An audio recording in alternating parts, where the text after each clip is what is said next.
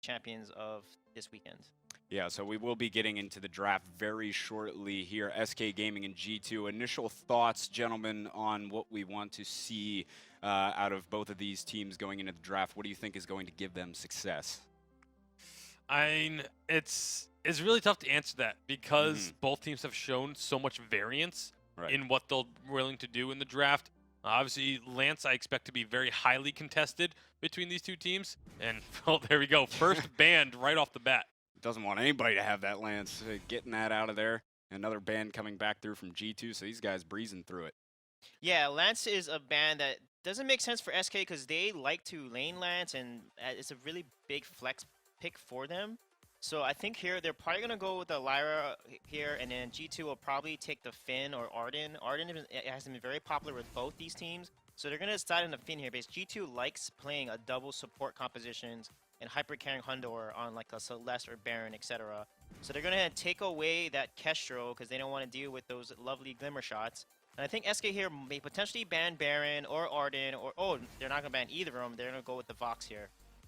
Yeah, so Vox and then Kestrel banned, or sorry, Kestrel was banned before, but it's the Samuel pick. So Finn Samuel, a combo we've seen multiple times already today now, Sweet J. Yeah, Finn Samuel is extremely strong, but you have to worry about the pull, you have to Crucible that, and then you have to worry about the Oblivion, which will put your entire team to sleep, so you have to worry about a Crucible on that as well. So this is a great draft by G2. SK will have to pick an Assassin comp or Celeste and outrange the Samuel here once she gets level 8. So they need someone that can dive in and allow Lyra to heal from the back line. So potentially they're going to go with like a Ringo in this situation. Gwen is also good. And then round it out with like Taka, Kashka would be a pretty good pick for SK, which is pretty meta. And they've been playing meta actually as of last week versus opting for the weapon power carry. They can also go for Glaive CP. So they're going to go for Grumpjaw. I love the Grumpjaw pick here. And they're going to go Ringo, but Grumpjaw is countered by Finn. Finn cannot be eaten. So if Finn stands in front and body blocks for his team, Grumpjaw is going to be pretty useless. Well, it's going to be interesting to say the least, but Grumpjaw very likely going to be in the jungle. Very likely going to be a CP Grumpjaw at that. So we'll see how that works out. I know Dowsy and I, both big fans of the CP Grumpjaw, so excited to hear what Dowsy thinks of this pick when we get onto the fold. Yeah, G2 can pick Glaive. Glaive's actually good against Grumpjaw because he has a stun. So if something happens, he can stun Grumpjaw and save his teammate. They can lane the Glaive here. They can also do Gwen potentially and just do double range and a poke and slow constantly with Gwen's Buckshot Bonanza and Samuel's Frostburn. They can also go, Baron. So they're going to go Baron, which is something that Hunter That's the G2 plays. specialty, is that Baron pickup. They don't play it very often, but when they do play it, they play it extremely well. Sitting on 4 games played, this will be the 5th.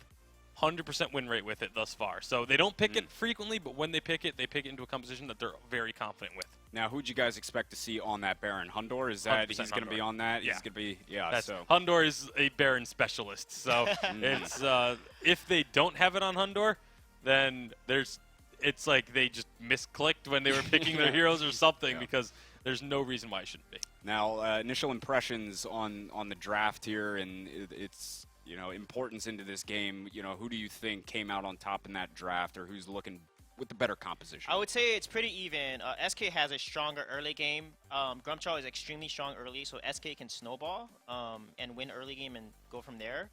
And G2 has a great late game comp with Samuel, Finn, and Baron, which actually was played earlier today by another EU team. So if it gets to late game, G2 is going to take it. If SK snowballs, then SK is going to win the game. G2 has only played 1 game of Samuel in the past, but historically against SK, they are 4 series over SK in the past, so I think G2 is going to take another one. All right, well, G2 says Bacon, so we'll see what ends up happening. Let's head on down to the Halcyon Fold. Dowsy and Forecourt Jester yet again to bring you this match. You want to hear a fun fact, Forecourt? Okay, hit me. All right. I actually taught Tyrus how to play CP Grumpjaw. So if he wins, you get the credit. If he loses, it's not your fault. Absolutely. Yeah, no, Got it. it was a blitz match. I've got a screenshot somewhere on my iPad, I believe, of him saying, Dowsy teaching us the ways of CP Grumpjaw as we react to face me.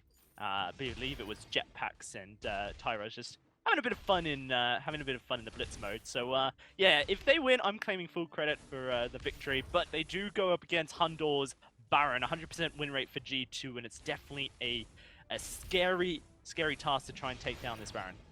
Okay, so we've seen this comp today. Keanu is going to be on this Finn, but Dark Potato on a Samuel and Hunter on this Baron. This comp won out really fast early on today. Yeah, we are going to see engages here from Tyrus as he goes in early, using that early aggression that Grumpjaw has. Does a lot of damage as well to the health bars of G2, but no kills do come through. I actually would have liked to have seen the Baron on SK. I think that Grumpjaw plus Baron, it provides for a very safe composition. We saw G2 run it last week. Perhaps that's why. No, never mind. It wouldn't be why SK had picked it based on the fact they already had the Samuel and the Finn. But I do think Baron with Grumpjaw is a very strong composition. This Samuel is a little bit risky. I know his Scoundrel is vocal about his fact that he prefers to have more peeling heroes in the jungle position rather than carry heroes when you've got a Baron. But G2 are the masters of Baron, so I trust in their ability to make it work.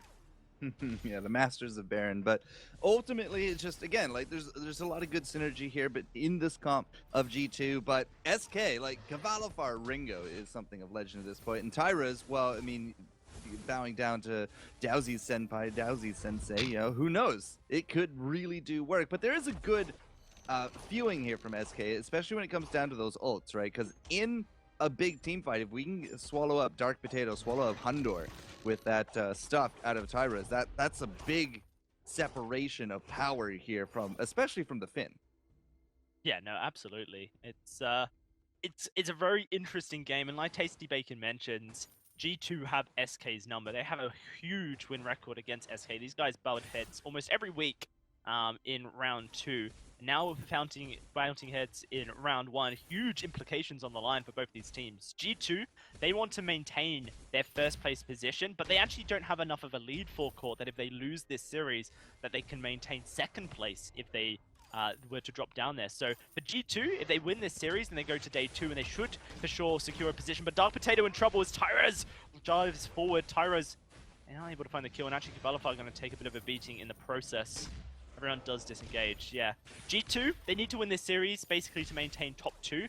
SK, if they win this series, actually could knock G2 out of the top 2 and then take away one of those unified live championship vice position. Just so many storylines coming together this weekend, right? The fluffy chickens and the rising out of the challenge zone, and now SK and G2, right? You know, got winner to dictate top spots. Cavalifar, huge damage onto him in the lane. Hundor just doesn't care about your conceptions of Baron early game. He very happy to take fights on this pick, knows his damage output to a T, and we haven't quite been able to find the early aggression necessary to justify a CP Grumpjaw into Baron. Well, no, Baron was last pick, so you can't really justifiably say that, but they need to be able to shut down Baron early is essentially what I'm trying to get at Thoughtcourt. It hasn't happened yet, but you know, the game is still young. It's definitely not a very big bloodthirsty game.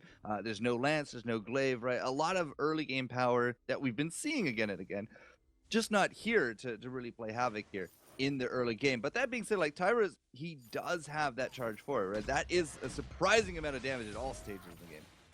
Yeah, you need to be able to connect it on top to get the slow and also do the damage. Your B, your attack speed buff, also does substantial damage as well. With the Storm Crown as well, going to really tear through. There we go, Tyra's going in, looking for the damage. Kiana and Nakoa taking a bit of a beating. Imperial Sigil will heal Tyra's through the Quibble. They are doing their best, SK, here, to try and siege up G2, taking Kiana and Nakoa down this low. Definitely a good start for them. But he's not the main target. Really, you want to be landing that damage onto Dark Potato or Hundor. It's going to be hard. I mean, they're both ranged. They're both going to be staying back from Keanu. Keanu's job is to be that front line. He's also to bring the opponents to his carries. The carries don't want to be chasing. Like, they really do like being that backline artillery. Love Tyra's ability to just tank the turret, tank the damage from Hundor. The living armor, if you keep it up at 5 stacks, provides so much defensive, and especially at this early game where Hundor is just carrying around the components for a Sword Blade, hasn't quite completed it, although he will buy it now. it allows you to tank up so much damage. That turret with the Storm Crown goes down to just under half HP, and SK, another attempt at that, it will be obliterated. Yep, and that'll start really widening the gold gap. But we do have first item here. Hundor, I think Cavalfar, yep, he's going to match it. Got that Sorrow Blade ready to roll. Fountains here on both sides. We do got an early reflex here from Jetpack, so it could be a Crucible here early on, especially up against something like Keanu and Okoa and that Forced Accord. Crucible is very justified here. Yeah, no, I think I'm with you there as well. Jetpack's definitely someone to watch in the captain position. If you're ever wanting to learn the captain role, there's some really great key targets to look. Ooh, big damage from Tyra's. SK look to put the pressure back onto G2 here, looking for this turret perhaps on the next go. They could make a hard commit for it, but the Wind Wave gets taken down very quickly, so they won't quite be able to do so. The gold slowly but surely edging in SK's way, but it's not much yet. Tyra's looking for his cheeky Stuffed, and he is going to dive forward and do damage to Kiana Nakoa. He dives onto Hundor. He picks up Dark Potato. Going to pull him all the way back. Dark Potato's going to really struggle to get out of this one. Bounder comes out to try and keep him alive, but here comes Tyra's, and that's going to be first blood going the CP Grumpjaw's way. The Stuffed makes the positional troubles Samuel has so much harder, and SK may not even be done yet. Yeah, we'll have to see how many times he can do that, because I really feel like Keanu tried to get in position to block it, but just didn't happen. So a little bit more conscious of positioning here. G2 going to be looking to really just take away that power here from Tyrus, but that is more or less how you're going to expect SK to go at this point, right? They poke out, they siege a little bit, then they find that stuff, bring down the target or split up the targets, kill somebody else, and then, you know, rinse, repeat from there. Right, absolutely. There's, if he picks up Samuel, then Samuel likely dies, right? If he picks up Baron, then it's a lot of burst damage onto the Baron, and perhaps even a kill can come forward. The jump jets definitely makes that questionable, but the great combination of CP Grumpjaw is you chuck a Lyra with it, and this is something I've done many times in solo queue, is that the Lyra, if you've coordinated with your duo buddy, then you can bright bulwark as soon as they come out. And if they have gap closing abilities, they cannot use them, so they're kind of isolated and slowed. It does require a good bit of communication, coordination, and a little bit of practice there as well. But you would expect the VG8 teams to do that. Absolutely. There it is. Stuffed actually being blocked up this time as Dark Potato gets on top of it. Forced Accord also going to be blocked by Jetpacks. Stuffed is definitely blockable, as you see, but Tyra's has so much poke ability with the CP utility build, the Aftershock, the Storm Crown. There's a lot of cooldown. Your A is up every 4 seconds, I believe. So Tyra's can continuously poke with it. Just has to make sure that his team is ready to back him up with some damage. Turret may come under fire as SK are getting ready. Cavalifar takes a huge chunk of damage in the process, actually, as Dark Potato's looking for the kill, but Stuffed back up. It's like such a cool cooldown. Oh, the portal puts him right out of position, and he is dead. Dunzo, that's a new one. I'm taking that home. Kiana Nakoa going down as Tyras finds a double, and Hundor has to jetpacks away. Great communication, great play out of SK. There is a similarity in the play between Tyros and a level 12 overdriven Forced Accord Finn, right? Because if you get a reflex, you get that Crucible, your cooldown is going to come up way faster than the Crucible is. And that's what I'm seeing here for the Tyros, right? He didn't get the stuff, but he had a 30-something second cooldown available for his stuff. So they just waited it out. And they played it patiently, and that's going to be playing out very nicely with Jetpacks as well, because he can just be throwing out sigils, the heals, the poke. Cavalifar can just continuously poke down as well if there's any kind of counter engage, and then once it's ready, boom, stuff can't even stop it. Even if Keanu does get this Crucible, right, you got to be very patient on Crucibles and reflexes just to try to keep defeating this combo again. Yeah, absolutely. I guess the best way to block it is Stuffed. You kind of, it's a weird one. You target it on someone and you fly towards them, but if someone steps in front of the ability itself, it can be body blocked. So Kiana Nakoa has a chance. Gold Miner, not stolen. SK able to secure it. Now going to look for a fight as they swallow up. No, Andor actually escapes with the jetpacks there, and that's just going to be SK disengaging for now. But, you know, it's a very, very peculiar ability, a little bit unique, that you can body block it. And I'm actually sure you can use it without targeting someone. I need to double check, but it's up very, very quickly, and Tyrus can use that cooldown and abuse it. Look at Kiana Nakoa. Super tanky, but just getting deleted damage that Tyros is able to output, SK need to keep up this aggression because G2, they've got Baron, they've got Samuel, really great late game, and Finn will provide a lot of shielding to this double range. So SK, they've got a clock to deal with. Tyros is doing his best to put as much pressure on them as possible. Tyros even steals away that train on top of things, looking for the stuff.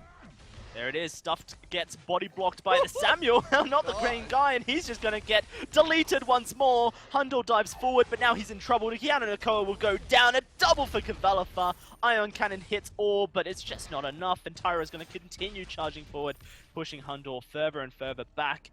Every team fight SK takes, it looks like they will get objectives for it, as that's going to be this turret just going down in seconds forecourt. And a huge gold lead has been accumulated here by SK. They've got themselves a 6,000 gold lead at 11.5 minutes. All right, so Dazzy, I'm taking two things away from this. First, I'm never playing against your CP Grumpjaw if you taught Tyros. The second is that Jetpacks is coordinating with Tyros extremely well. They get the stuff, he lunges forward right into a portal, and that wasn't fluke that first time. That was coordinated because we've done it a second, and you're going to see it again and again, and that is just, it's mind-blowing kind of coordination, cooperation, and it's just really awesome to see this combo coming through. Right, it was theory crafted when people saw Grumpjaw's abilities that you would just run a carry away. As we're going to see Dark Potato just deleted. And the stuff's still available. Hundle's going to get taken on out as SK are just going to trap him on up. Oh, Hundle cannot escape. Jetpacks but away. Actually, he does escape. The Hellfire Brew going to fly out. That should do the damage. Yes, takes him on down. Keanu Nakoa, last man standing for now, but he will go down. 2 Tyras, and the ace is there. SK a perfect game so far as they're just playing so coordinated, and they're going to get a choke point turret, or at least attempt it. Dark Potato is gone. up. It's gone, you're right. Nothing Dark Potato can do.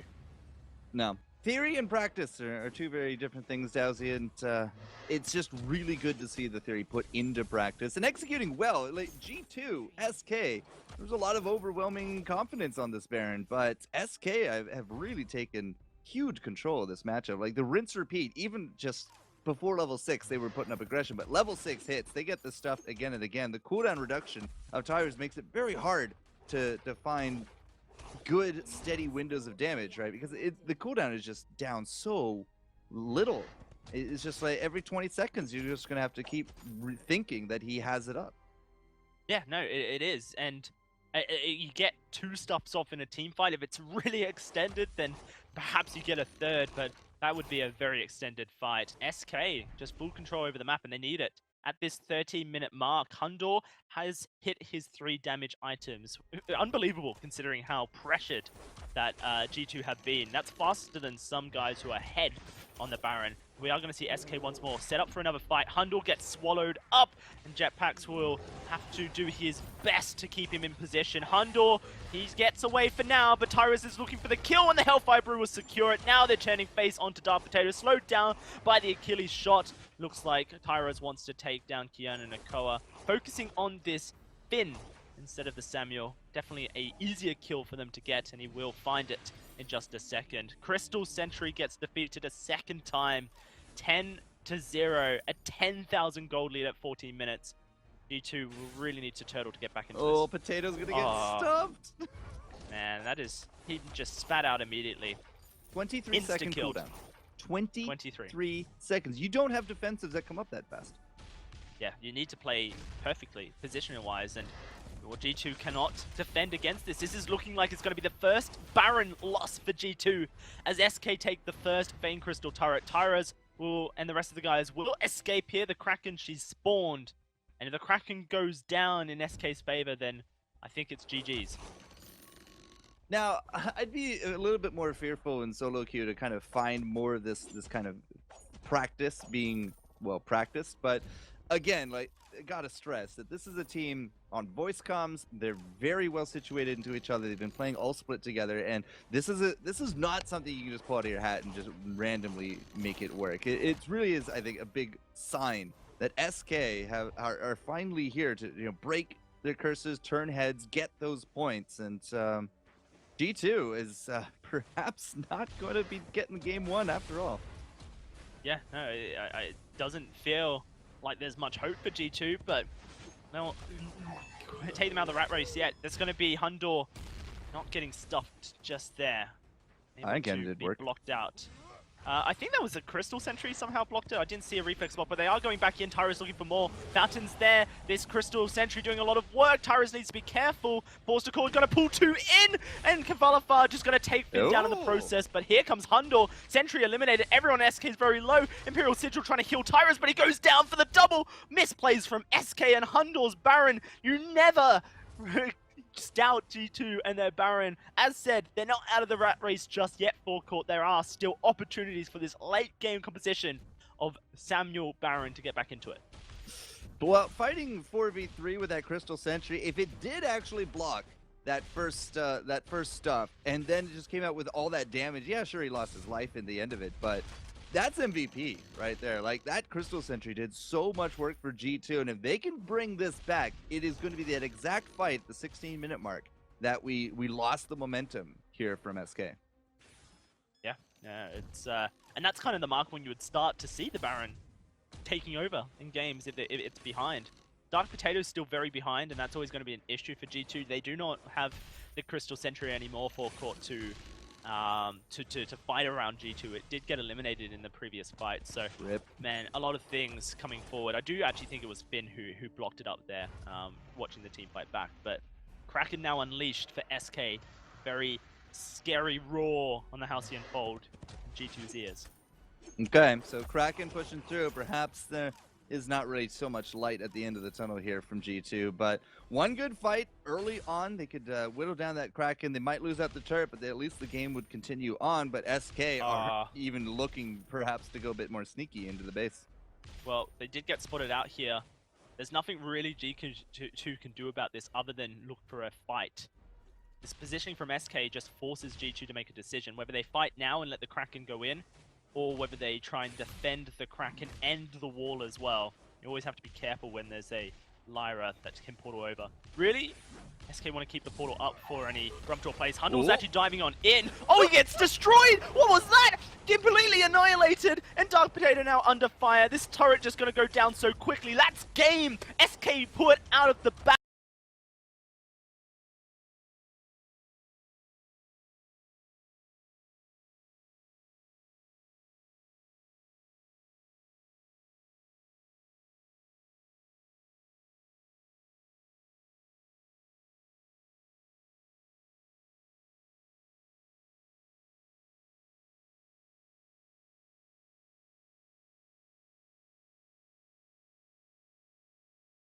About earlier, Dowsy, and moment at this point in the game. Right, the winner of this series theoretically secures one of those buy spots. It does come down to tomorrow's games, the semi-finals, the finals, of course, forecourt. But these two teams are the ones that will be fighting over it. The fact they're playing in round one is just so disastrous for one of these teams, but everyone plays each other once in round one. That's how the tournament structure works, is that it's a round robin in that sense, and then whoever goes through to day two gets a chance to really create a difference in points. Fantastic play from SK, really played to their win conditions there. Forced G2 to play super defensively. The Baron never really got online. And now we'll have to see how G2 can adapt going into the next series. Over to you, Gexpert, on the desk. Thank you, Dalsy, as they do take it. SK take it game one. At least. Still got potentially a couple more to go, but man, they were looking really good in that early game there, weren't they, Sweet J?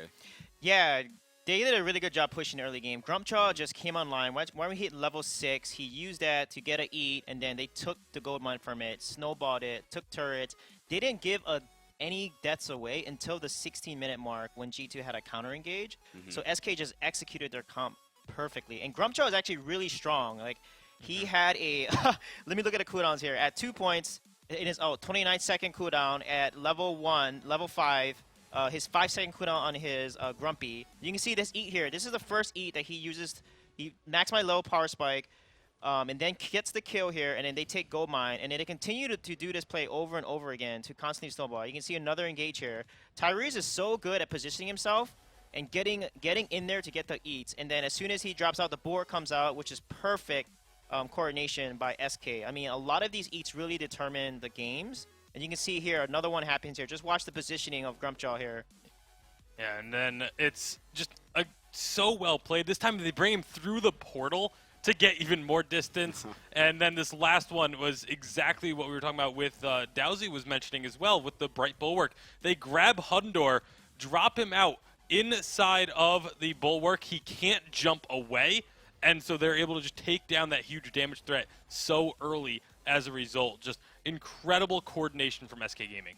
Yeah, they were really looking good using that Grumjaw effectively. Tyra's really doing well with that. So one of the plays that really helped SK get that game won, but still G2 will have a chance to come back here. And of course, we know that this match is really important in terms of implications for the live championship. So both of these teams trying to get themselves, make sure they maintain the bye in that first round. But going into this next game here, we're about to get into our draft.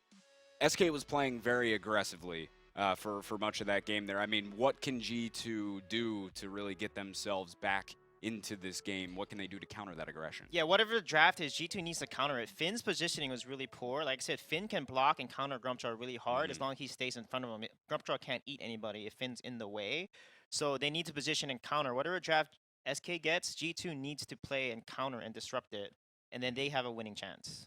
Yeah, well, that was one of the things I was going to ask. I mean, you were talking during the draft that the Finn was going to counter that Grumpjaw, but I mean, where was the Finn that game to try and counter? I mean, was the positioning not there all the time? Because Tyra's was really effective. I mean, do you want to see better positioning out of that Finn to make sure that that Grumpjaw's countered? What do they do there? I'm almost expecting them to ban away the Grumpjaw because they were not able to deal with it whatsoever, and perhaps it's just a pick that they haven't played against a whole lot, so they don't really feel that comfort going up against it. And when something like that happens, you need to just take it off the board so you don't have to deal with it. Yeah, and we will be getting into the draft shortly, just in just a couple of minutes here. But I mean, one of the other things they had done well, SK, they shut down Hundor early on that Baron. We were talking about how good he could be on Baron. I mean, they've had success with it. I mean, do you think that they're going to try and pick that up again if they can, or is SK going to just make sure that they can keep that out of their hands? Yeah, I think if Grumpjaw's not hit, like Grumpjaw is one of the strongest early game heroes. He actually beats Koshka early, believe it or not. Like I said, Grumpjaw is meta. I said this like 2 or 3 weeks ago. People just don't realize it yet. He's very strong when used effectively. He is a monster, literally a monster, right? With 24-second cooldowns on his Stuffy, he can eat 2 times in a fight. I mean, that's just crazy. Turning a fight 2 times in a row into a 2v3. So G2 needs to figure something out if they give the Grumpjaw away to SK. We'll see what they decide to go with. It is into the draft. G2 versus SK. This time G2 is going to be taking that A side. They'll get that first ban. Yeah, G2 actually has played Grumpjaw, I believe, once. The alpha ban is very interesting. That's surprising. Yeah, what? Yeah, because G2 actually has played alpha against SK and beat SK with it in the finals actually last weekend. They actually played alpha twice in both those matches and won with it. So that's an interesting ban coming away from G. They must have a draft strategy on A side here. So SK probably will potentially ban the Lance here because Lance is very good against Grumpjaw or melee heroes that they do want to run. Oh, actually they're going to ban the Lyra. So G2 I think will probably take the Lance here potentially, or Finn if they like Finn. Oh, a Daju comes out. So this draft is turning in a very different direction. Yeah, the Lyra ban's fairly surprising because that's actually the hero that SK has prioritized the most. They've played it quite a bit more than any other hero, whereas G2 hasn't had the same level of emphasis on it. They really haven't had much success with it either. Only a 20% win rate out of 5 games on the Lyra for G2. So, it's curious to me to see the Lyra get banned by SK. They're going to go ahead and grab the Samuel, which now I'm even more confused about the Lyra ban because that's such a strong and potent combo. If you're a team that focuses Lyra and you can get yourself Lyra and then grab Samuel as well, that's such a strong duo. Yeah, and Tyrese is... all the heroes he plays is amazing. Grumpjaw, Samuel, I mean, he's also played Alpha. This guy is just a monster in the jungle, and his Samuel is probably one of the best in EU, if not the best right now in EU. So I think here, SK is going to ban something that counters Samuel, like potentially Taka if they don't want Taka composition or Koshka. They can also ban Grumpjaw, but they're going to go for the Vox instead here. And G2 will most likely ban a support that works really well with Samuel. So I'm saying Lance, Finn is all good for Samuel. Arden is also very strong with Samuel. So G2 potentially could ban a support here. Otherwise, they're going to opt for a weapon carry that they don't want to deal with. Yep, they're going to ban Finn because Finn Samuel is such a strong combination. So they're going to deny that and take it away. SK here has a lot of options. I think most likely they're probably going to go with Arden. They actually played Arden last weekend. Arden or Lance looks like a very nice pick here for SK. Yep, there's the gonna be There's the Lance. There's the Lance. So with G2 here, Adagio is really strong with Grumpjaw, Koshka, Taka. I think Koshka or Grumpjaw makes a lot of sense for G2. They actually have played Grumpjaw before, so I would love for them to pull out that Grumpjaw and play it against SK here. They could also go for Baron, which is what they're really comfortable with. So Baron could work as well. So let's see if they're going to do double support with a hyper carry that G2 is known for. So digging into that bonus time just a little bit here. They have plenty of it, so no need to rush the picks. Certainly looking to put together the best composition they can to get back into this with SK, because if they win, they guarantee a top 2 spot, so they want to win this. Oh, Fortress comes out. This is a great pick. Potentially Glaive Fortress here would be awesome. Glaive Fortress and Adagio would be very, very strong composition. And Glaive is a very good combination with Fortress and Adagio. So that could be an option that they could go with here. They could also go...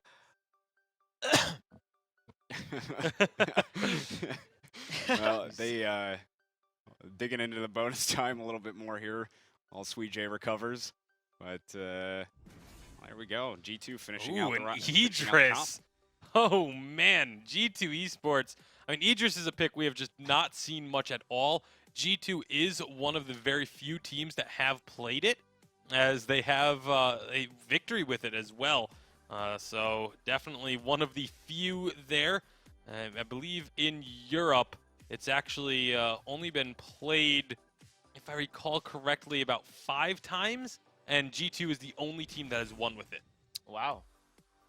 I like the Idris pick here. And Rona comes out for SK, which is a hero that Kavlavar is very effective on. Actually, looking at my stats here, it's G2 is the only team across both regions to have a victory on Idris.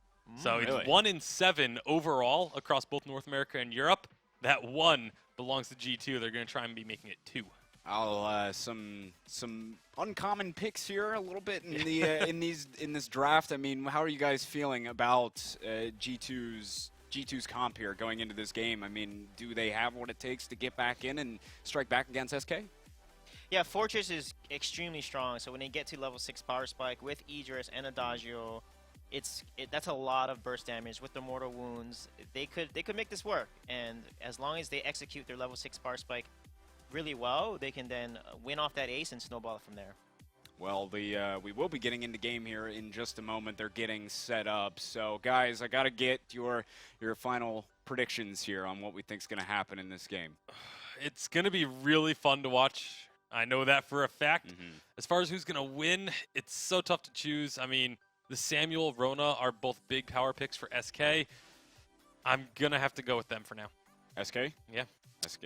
I really like the Fortress pick, so hopefully they make it work and take it away. So let's go G2. All right.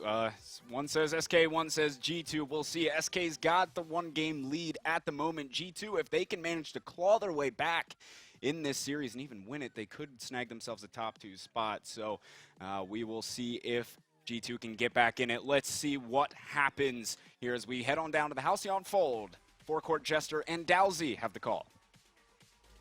Man, it must be my birthday or something, Forecourt. First we get CP Grumpjaw, then we get Weapon Power Idris. Oh man, all the hero picks coming out today that I can play. Well, Sweet J hasn't been serenading you with his voice yet, so I don't think it's your birthday yet. But either way, good picks from your wheelhouse here coming out, and it's true. But I also saw that Tyro's giving you the credit on that CP Grumpjaw. You know, good to know. Maybe I'll have to post a screenshot after this game. He is on his Samuel, and his Samuel is so fun to watch. The best Samuel in Europe, certainly, in my opinion. Perhaps in the world, but I'm sure there's other people who would want to claim that title in North America and East Asia. I guess we'll find out, you know? The Unified Live Championships are a thing. We will see some cross-regional play, and hopefully we get to see, maybe answer some of these questions. Who is the best on X Hero? Well, at least between EU and NA, not going to get Asia involved yet, but who knows what's down the line here, Mr. Dowsey. So, game 2, SK, feeling good. They get themselves a win. Keanu, far cry from that Finn, gets it banned out. Now is going to be into a Fortress. So, Fortress Idris doesn't exactly strike me as like an early game kind of blow-up comp. It is pretty strong. I'm a really fan of the Fortress Idris Adagio combination. It's played in different positions. I'll talk about it in a sec as Hundor gets aggressed upon in the lane. Hundor playing a CP Adagio in the lane. So normally when I have this combination, I carry Idris mainly. I never really jungle him. And so the Adagio is... I actually have captained him, surprisingly. I'm a true one-trick forecourt. But that was due to other reasons. And Peo in lane, Hundle gets rooted, and First Blood gonna go down SK's way as they really put the pressure onto Hundle. Well, first kill, again, riding a lot of momentum here from SK. They had a really solid game 1, and then a lot on the line here into game 2. If they can sweep it out 2-0, that would be pretty fantastic for them. But they got to go through Kian, they got to go through Dark Potato and Hunter, and these guys are no slouches. But every little advantage that you can take here early on is going to be going right into the wheelhouse here, because Tyra's early on, like the level 2, the level 4, like these usually when we see the ganks out of him, but it's really the late game that he becomes so fearsome. Yeah, absolutely, and really watch for the way he plays his Samuel. Really great person to watch if you want to learn the little things that make Samuel such a strong hero. He definitely knows the hero in and out. As does Hundor on this Adagio. We've seen Hundor's Adagio rarely, but when he does play it, it's usually really strong. This is the first time in a long time that we've seen it, as Dark Potato does come up to lane. Looks like Tyra is going to match the aggression here. An Impale could spell death for someone. Does look like SK are pushing forward. Kabalafa on a melee hero, definitely known for his melee weapon carries, and Rona, a very fierce one to deal with. Yeah, she can be really on the front line there with jetpacks as well, and you just set up the artillery with Samuel. It has proven very effective in the past. Yeah, certainly has. So, Tyra's in trouble as he's going to get aggressed onto, and look at how fast everyone is. Tyra's pops his boots, matches the speed. Developer is actually going to dive onto Kiana Nako, and Kiana Nako is going to take a massive verdict to the face. Hundor falls as well. Dark Potato, last man standing, as he now has to wisp himself away. Does not have his Stroud step unlocked into the divergent path, so it is just a roll. This combination, the Adagio, Fortress, Idris, is actually one of my favorite to play for court in solo queue. Generally, it's an Idris in the lane, a Fortress in the jungle, and an Adagio captain, so it's a little bit different, but the dynamic is really strong. Obviously, Adagio wants to get very close to your face, especially a carry Adagio, so the Fortress allows you to do that with the movement speed that his A gives. Dark Potato on the Idris also wants to be jumping on your face. So the movement speed is really strong factor. The only issue is that currently G2 are behind, which makes the aggression that they want to try and output a little bit harder and a little bit more dangerous, especially into a Rona and a Lance that can disengage and actually turn the fight very quickly. So I like the combination of heroes. I think it's a really strong combination, but perhaps it's been a little bit countered here by the early aggression SKF outputted and some of their hero picks as well. If you do want to just kind of run at SK, you're going to have to incorporate some zigzags into that, because jetpacks will deal very nicely in straight lines. Tyras and the kiting, very nice into straight lines right there. So it does kind of stop up a little bit more of the aggression here from G2, and they're going to have to be a bit more careful of it. And so far, it has not really come to their benefit. 3-0 going over to SK, and first items now coming through on top of it. And again, straight lines are going to be the best friends of SK. So hallways, charges forward, just so much goes into that, because now Tyra's on top of it, has that Frostburn. He's ready to go. Kavalafar is just going to be that blender of the red mist, and then Jetpacks just impales and Githians. Like every little narrow corridor, every little narrow teamfight area just really feeds into SK. Well, we are going to see this turret sieged up by SK here. Hundor now with the alternating current. Dark Potato is got enough gold to complete his Sorrow Blade, which would unlock his divergent paths. would turn his combat roll on the Shroud Step into an instantaneous blink, which is very huge for the gap closing / ability dodging on Idris, makes him such a mobile hero. SK though, they've got great positional advantage right now, and they're doing a good job of keeping G2 at bay. Just have to see if G2 really want to fight right now. Doesn't seem like they do. And this is what I was trying to pose a little bit more of a question of the mind in terms of, this doesn't strike me as an early game comp from G2. This strikes me more of like, you get some farm, get some items, and go forward. Every time I see a Fortress, I'm always curious, like, is it going to be early game? Is it going to be mid game? Because late game Fortress, unless he's like really far ahead, and he's not going to have those defensive measures, so you got to make sure you can blow somebody up. At least that's how I feel for him. So if it's not early, is this more mid? Is this like 2-item Dark Potato kind of starts popping off? We have seen who was it that played Leon's Adagio in the lane? Very aggressive as soon as he gets his first damage item in Journey Boots. This is super, super risky from G2. They don't realize they've been spotted, and Oblivion will put Dark Potato asleep. That's going to be Goldminer stolen by Tyrus, and now they're looking to try and turn the fight on its head. Dark Potato goes in, looking for the kill onto Tyrus, and Tyrus is trapped, but he's doing damage, and Jetpacks is sustaining. Chakram snipes it away. Dark Potato finds the kill, now trying to get with his team onto Kavalafa. G2 play the gambit. They lose the gold miner for it, but they secure a kill in return. Now, if they can push down this turret on top of that, that would actually make it into their favor a little bit more. But it's kind of 50-50. I'm not entirely too sure it's going to go down right now. Dark Potato gets rooted, will blink away. That Chakram does eat through Kavalafa's health bar. One more Chakram and a couple more auto attacks will get this turret down. Do G2 know it is the question? Will they go for it? Or it is going to be the engage coming forward. A great Giffian wall knocks everyone sideways straight into Tyrus. And Kiana Nakoa is going very low, as is Hundor trying to heal up. First kill goes to Tyrus. Manos and Verdicts could just eat through. Dark Potato gets rooted on up, but is able to Shroud Step away from the damage. And Tyrus is burning alive! Tyrus, just about survives on a blink of HP. That was very close. He's going to come back up, yeah. They're going to look for a kill, yeah. Hundor gets impaled, and that's Hundor down. Very nice play by SK. Use the fountain to start up the engage and overstay by Hundor. Okay, so fountain worked out well. Another thing that's working into the defensive here of SK is the protector contract Jetpack's got.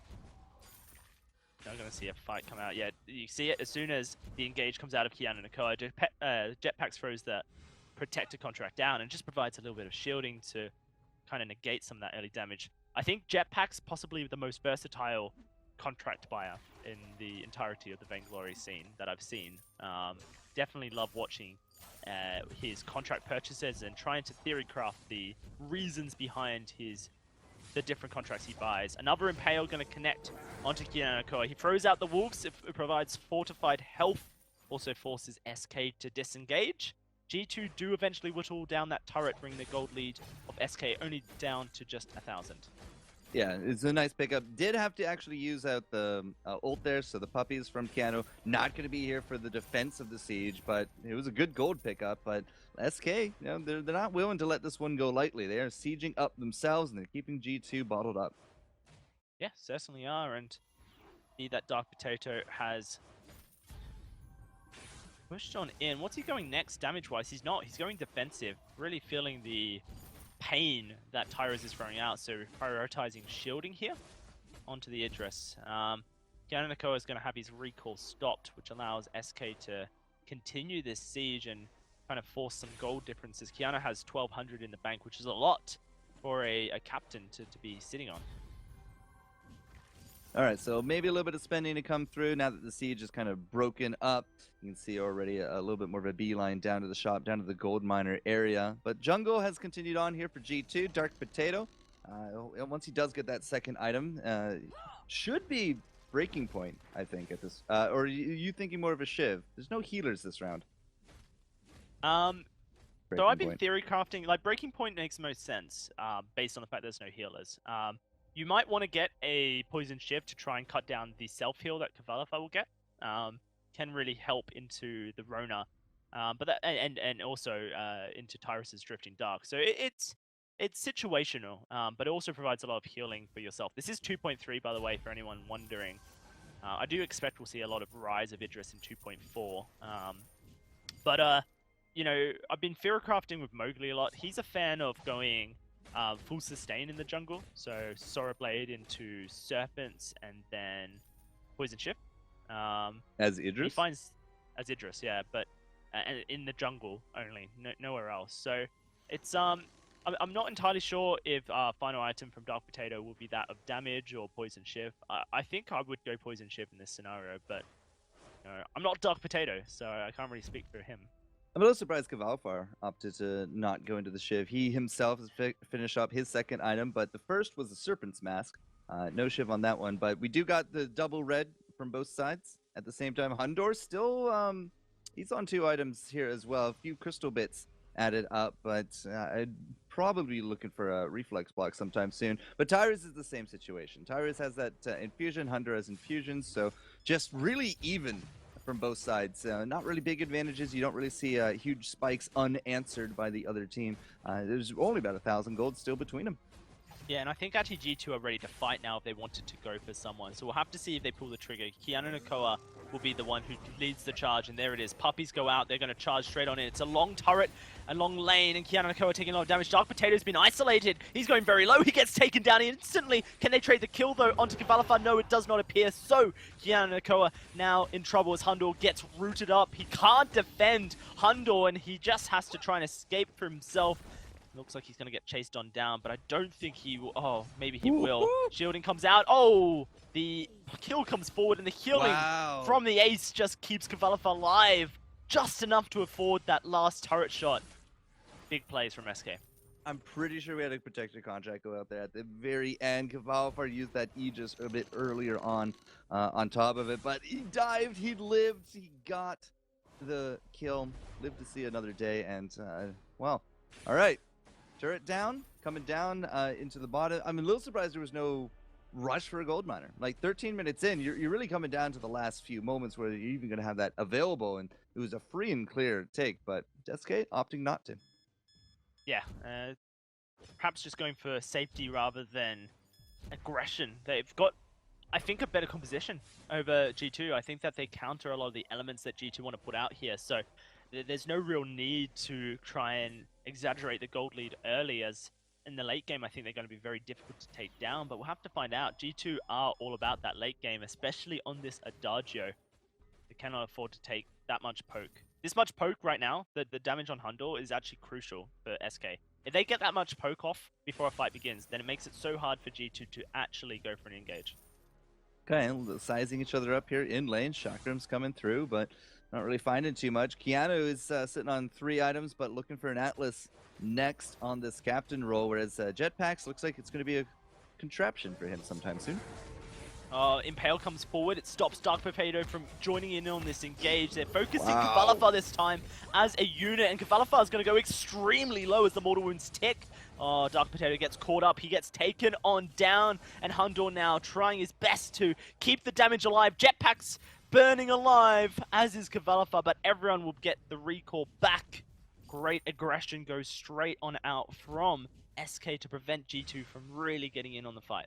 K-Val just pushing to the limit of what he can do. Like that 3-man red mist just dancing amongst everybody, doing just fantastic amounts of work, and he gets out in just about a bar of health. He himself has heard the cries here, Dowsy. It's going to be full sustain, but not jungle. It is going to be the double lifesteal Rona, though, coming through.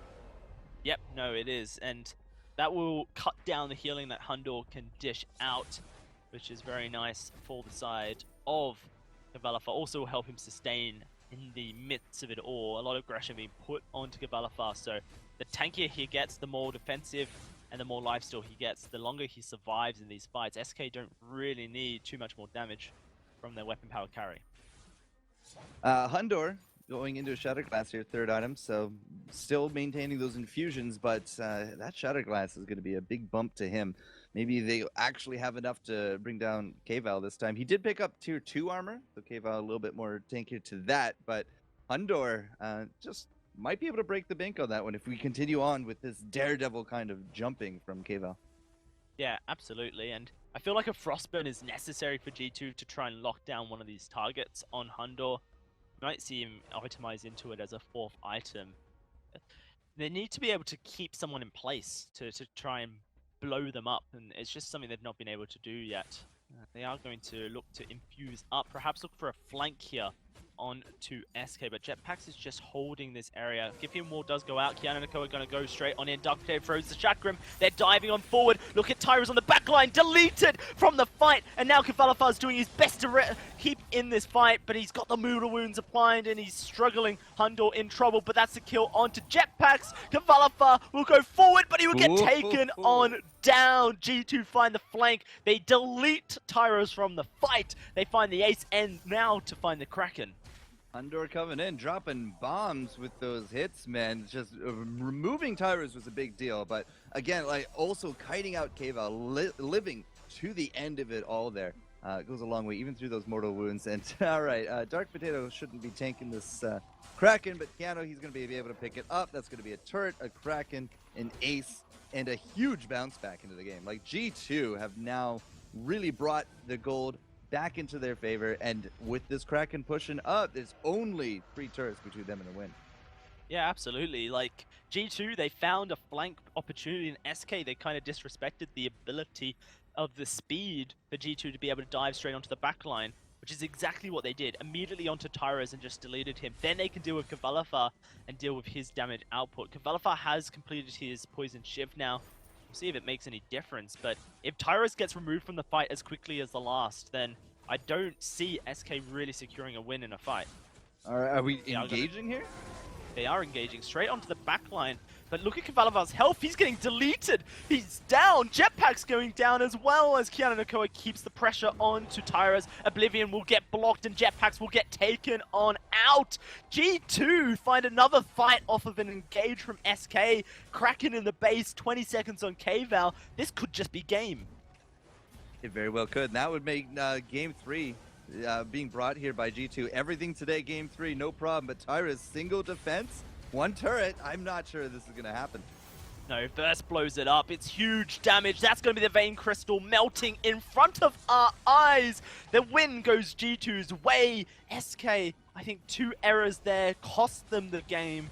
But wow, what an incredible play from G2 to pull themselves back into it. My voice nearly cracked at the end there, Dowsy, because it looked like SK had 2 thoughts going through their minds. The first was that Tyrus was kiting backwards with the mouse and vertical on top of the Kraken, starting to whittle it down. The second was that K-Val jumps forward, Jetpack jumps forward, and there's just kind of a moment of indecisiveness. And then all of a sudden, K-Val was just dead. Like, he did not last. There was no cohesion. That last fight was an utter disaster. An utter disaster, my friend. And, well, it's mistakes like that that you can't make this into a game series like this. Yeah, no, certainly. I think that there, definitely an error from SK. I think the disrespect on the flank as well. They could have disengaged much quicker and they decided to stick around. But hey, it's not our job to break these things down. We got the best guys on the job, some tasty looking fellas. So let's throw it back over to the desk with Gex. Now, Dowsy, you're too kind. Tasty looking fellas. Well, there you have it. G2 taking game number 2. My goodness. I mean, SK, they started off so strong at the beginning of that game. I mean, they were playing well. They got the lead, and then G2 just turned it around out of nowhere. What happened? Yeah, so G2 struggled. They split dived a lot. Like, Idris would go for Samuel, and then Adagio would be focusing Rona. And it just didn't work until the late game fights. The last 2 fights, they focused Rona and did a really good job. Idris and Adagio focused Rona, and it worked out for them. Fortress had a lot of good ultimates. And Adagio actually had a fight where he was stacking Broken Myth before Samuel could stack his Broken Myth, and they won that fight, and that was a critical part as well. Well, we do have a replay for you from about 16:20 in the game here. Guys, what's going on? Yeah, in this fight here, they engage Samuel, and they all focus Samuel here and do a really good job. And this is where G2 really shined, because the previous fights before this, they had a split focus, weren't really synergized on who to focus down, and did a good job because Samuel had no CP defense as well, so no shield. Adagio just melted him. Yeah, and also it took a while for the Aegis to come online, and G2 did a really good job of while they were far behind in terms of kills, they kind of weathered the storm. They didn't lose too many objectives off the fights that they lost, and eventually the Idris just became like this powerhouse that was able to delete people so quickly, and well, that's why we're going to Game 3. yeah, it was fun to watch. Now, we do have another replay coming up for you, the last fight that we saw in the game here to finish things off. And this is the one that our casters were talking about, where it just felt like, Tyrus wasn't really ready to go in on this while both Kvalifar and Jetpacks jump in. Here you can see the damage from the Idris, and like you were mentioning, Suijay, the difference in Broken Myth stacks, that's stacked based on time. It's not quite the same as the Breaking Point, where it's based on how much damage you do. And so if you have 4 additional stacks on your Broken Myth and the opposing CP carry, that means you've been dealing damage to the other team for 4 seconds that the opponent hasn't been doing. And we do have an off-stream update for you here as well, that in that Fnatic and Rising Lotus match, Fnatic did end up taking that 2-0, so Fluffy Chickens are definitely pretty happy about that one, I'm sure, back in their camp. So they do end up pulling that one out, but we still have a game to finish here. It's SK and G2 tied up 1-1. After seeing Game 1 and Game 2, what are you guys looking for going into the draft for SK here to get themselves back in? Yeah, I knew that Fortress was going to be a critical part. I mean, his mortar wounds, his ultimates really shut down and was able to delete Rona, even though she was super tanky. She had a lot of defense. The Fortress worked really well, and I knew that once Fortress got online, they focused the same target, they're going to win that game. And that's what happened. So I think SK need to ban Fortress or take it and not give it to G2, given how proficient G2 has just run it. Well, we will be getting into the draft very shortly. Things are tied up for both of these guys in terms of trying to, or in terms of what it means for the Unified Live Championship. I mean, SK right now, they're on the verge of a top 2 spot. Yep. They're very, very close, but they do need just a little bit of they're going, even if they do win this game, I believe they will still have to perform tomorrow as well. Correct. Because Secret did win their matchup earlier. And of course, if G2 wins, that guarantees them a top 2 spot at the Unified Live Championship. That means they get a first round bye, which is huge for them. So it's pretty big between these two guys. In terms of what it means to win this game, it'll mean a lot at the Live Championship. Yeah, absolutely. The first round bye, like that gets you a full day off. You don't have to play on day 1 of the Unified Championship. You can sit back, you can relax, you can watch the other teams, you can scout them out, and so that's a huge thing. That's why both of these teams really, really want to get this victory. Yeah, of course. If it is SK, as we said, they're going to have to continue that in through the weekend. But if they were to go up against Fnatic tomorrow, if they win this match, but everything's still up in the air anyway. I mean, what are you guys thinking here? Actually, we're heading into the draft, so we can just go straight into that, and we already have the Lance ban coming out. Yeah, Lance, again, going to be prioritized. It's heavily played by both teams, so I'm not surprised at all to see it taken off the board. And Fortress also going to be banned away. Yeah, Fortress ban is pretty smart in case SK is going to first pick it. They're going to take the Lyra since Fortress is taken. G2 has an option to run Adagio again, which has been very successful for them. So I envision them probably either taking the Finn and running a double support late game composition, or go ahead and taking the Adagio here. They also have Arden. Arden has been very strong, and I'm surprised that both teams are not picking and playing with Arden, because Arden is very good as a support or captain here. So Vox will be picked up. Vox is normally banned out on the second phase of the draft, and the Grumpjaw ban. This is great drafting by G2 right here. Yeah, really smart to take away the Grumpjaw. SK Gaming, you wonder, are they going to leave the Samuel open? I'm sure they would love to be able to pick that up for themselves, but do you want to give it over to G2 at the same time? So it's a difficult decision now that they're going to have to make. I mean, really, what do you think is the play to make there? I mean, do you get rid of it? Yeah, I mean, either give it to them because their assassins are open. You can play, Koshka, Taka is all good into Glaive. Samuel, especially CP Glaive is open. So Adagio will get banned here because they do not want to see it based on how well Hundor has been playing that. So it looks like G2 has options here. So they're going to go ahead with the Finn. And so this does leave SK now open to grab that Samuel if they like. I think they're going to. It's a pick that they have played quite a bit of. Lyra, Samuel are actually their 2 most played heroes.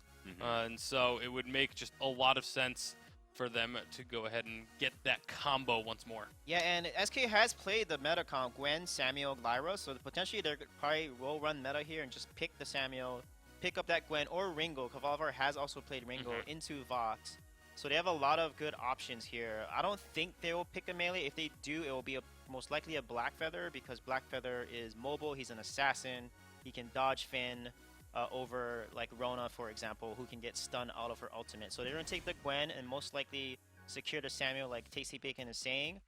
Kestrel is also open. CP Kestrel is also open as well, but most likely they will go with the Samuel. And then G2 is probably going to round it out with someone that can be double support. Potentially, you know, they may run and hyper carry that box there. Well, not much bonus time left here for SK. 15 seconds. They're going to have to figure it out. That Samuel is open for the taking if they want it. It seems as though that may be one of their best options, and there you go. Yeah, this is like Suja said, this is the meta composition at the moment. So, or at least on 2.3, because keep in mind this is being played on 2.3. That's right. We are not forcing these players to have to learn up and play on 2.4 just a few days after it dropped. So, still running that older patch, but Alpha, the final pick from G2, Sweet J. Yeah, they have actually beat SK in the finals last weekend using Alpha. So this, I really like this pick because Dark Potato is really proficient and effective on the CP Alpha. Yeah, so, I mean, we have our drafts here. I mean, I guess just general thoughts on this. What are you guys thinking going into this Game 3? Who's going to take it? I think the early burst that they're going to have on the side of SK, as well as just the overall meta composition that they have, it's such a strong composition for a reason. SK, I want to say, is going to be able to take it. I love Tyrese. His Samuel is amazing. But, again, Finn with Alpha is extremely strong. And Box with Finn is also a great combo. I think G2 is going to pull this off based on their historical performance with Alpha. Well, we'll see what happens. It's Game 3 coming up. We've had lots of them today. Why not end Europe with yet another one? It's going to be good. SK Gaming versus G2 Esports. Dowsey and Forecourt Jester will bring that matchup to you now. It's the last game of Europe today, Forecourt, and the two of the best teams in Europe heading face to face to decide which one of these guys get to progress, which one of these guys get a shot at that day 2 bye at the live championships. Really exciting stuff. SK going to aggress into the jungle though. With the Gwen, Samuel, and a Lyra. Yeah, they can aggress. Yeah, they can siege. Their early game is going to be insane. Just curious, there's no Taka. Oh, wow. Okay, Tyros just takes away both those healing camps. That's a lot of healing going over to Tyros. Means that G2 can't really afford to fight. And actually, there's no reason to fight. There's nothing to fight over. They're just going to push as a 3 into the lane here and try and force SK the long route round. Yeah, and they are going to have to take the long route round. But overall, it's like 1 minion, 2 minions that are kind of deficit at this point. Not a bad trade at all. Yeah, no, not at all. Early macro plays like this, definitely great for psyching out your opponent, trying to come into the match a little bit stronger than your opponent as well. This is the third game of a series for Forecourt. Both these teams have already got 1 victory each. And so really important stuff to try and get those mental victories early and then push them into actual advantages. Keanu's going to come out of this with some candies. So he headed home. He's going to be coming back through. If there are going to be more engages from SK in the jungle, they might try to push lane with some candy. Yeah, certainly. It's going to be another healing camp stolen. Look at this. Hundor rotating down. G2 putting so much presence into saving it. But look at the lane. Kavalavar's actually stacked the minion wave. He had it stacked. It doesn't look like he's going to continue the freeze. No, it is. It's frozen.